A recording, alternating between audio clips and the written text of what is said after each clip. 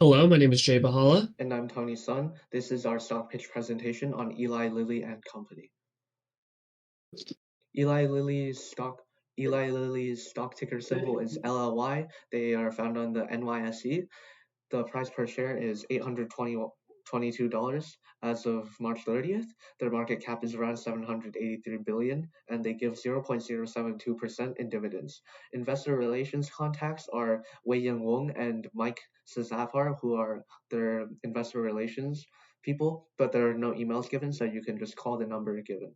Um, their business is split into two separate parts: animal health, which is more negligible, and then pharmaceuticals, which is further subdivided by therapy, pipeline, and all that stuff. Their drug portfolio is very diverse. They have things like insulin, weight loss drugs like Zepbound, and they have antidepressants and antipsychotics, and also breast cancer treatment.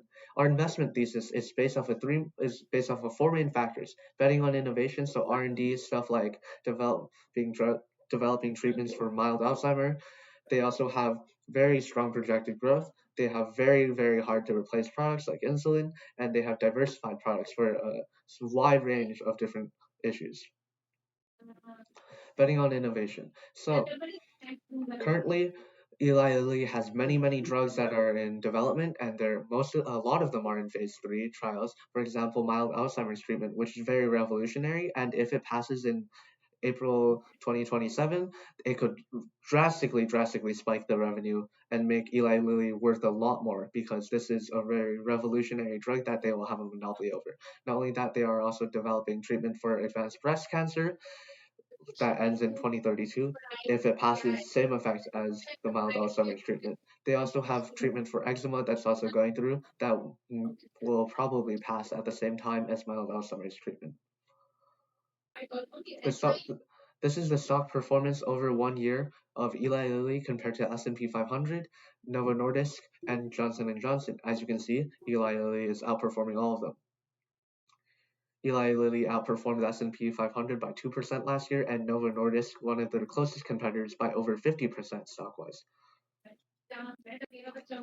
Its competitors Novo Nordisk, Pfizer, Merck, and Bristol Myers Squibb all have very low market caps compared to Eli Lilly. Their market caps are within the 100 to 200 billion range, and their assets are also much lower than Eli Lilly, which means they have less assets to put into R&D, which my partner will explain later. Revenue drivers are things like Monjaro and Zepbound, which are diabetes, weight loss, breast cancer. These are like the main things that are repetitive that people have to buy over and over again and are very popular and effective. So they drive the revenue of Eli Lilly up consistently every year.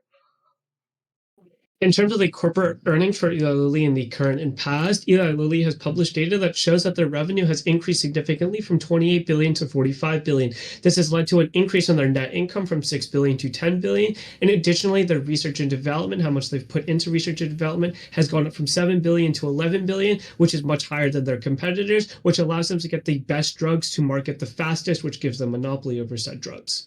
In terms of the competitive position of Eli Lilly, one of their biggest advantages is their long history, as they have over 150 years of experience in the market. They also have monopoly market share over certain drugs due to those drugs being under patent. And additionally, they have a large insulin production, which gives them economies of scale, and they can make insulin for a lower price. In terms of their weaknesses, one of their biggest weaknesses is the fact that patents are expiring, which means that the generic drugs can be produced and those can undercut prices and take away business from Eli Lilly.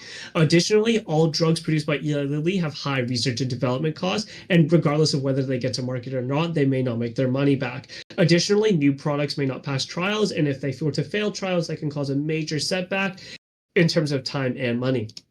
In terms of the opportunities for Eli Lilly, one of the biggest new opportunities is new markets such as India, which recently Eli Lilly got one of its drugs approved for, and it is the world's largest country by population. And additionally, they have new drugs for uncured diseases such as Alzheimer's and breast cancer.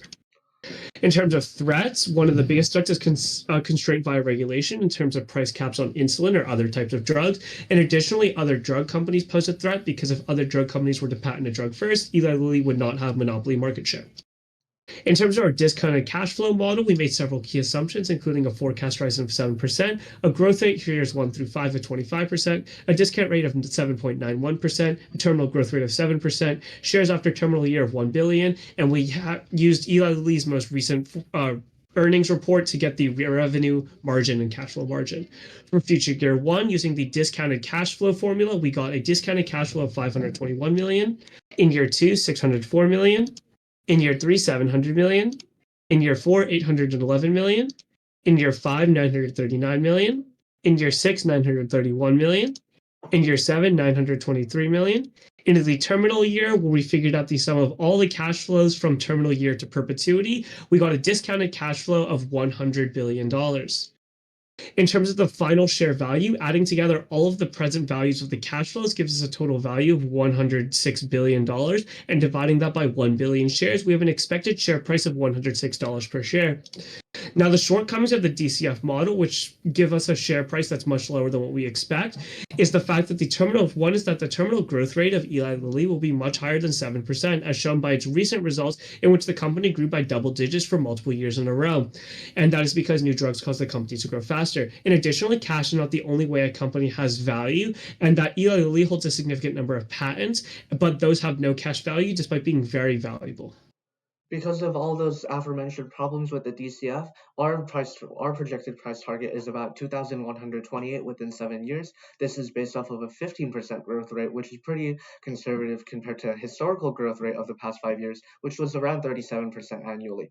So we believe, despite all those things, because of the patents that Eli Lilly holds, and using this conservative growth rate, we can assume safely that the price of the stock will end up at around 2,128.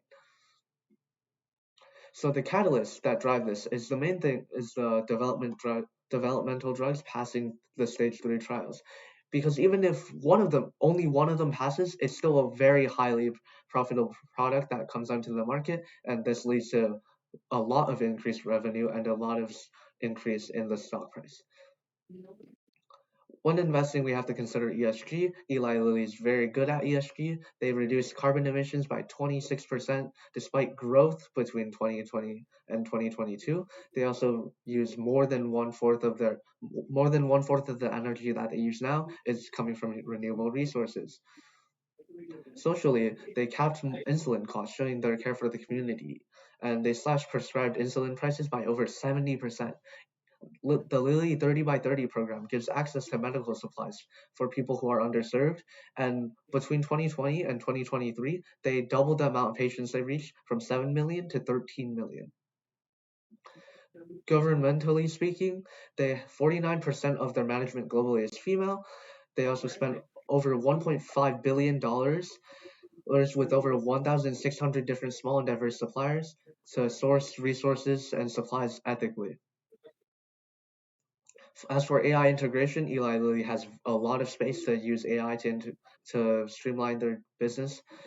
AI used in drug discovery and AI used to predict trial outcomes solve many of the weaknesses that were mentioned before, where it can save Eli Lilly a lot of time, resources, and can stop setbacks. AI used in supply chain can make their production and their how much of each drug they make very more optimized, so they can make more revenue. Because of all these things in the slideshow, we strongly recommend that you buy and hold Eli Lilly stock for 7 years because it has pretty good dividends. It has very high projected growth rate, and also many of the there are many new drugs in development that are very close to passing. Thank you. Thank you.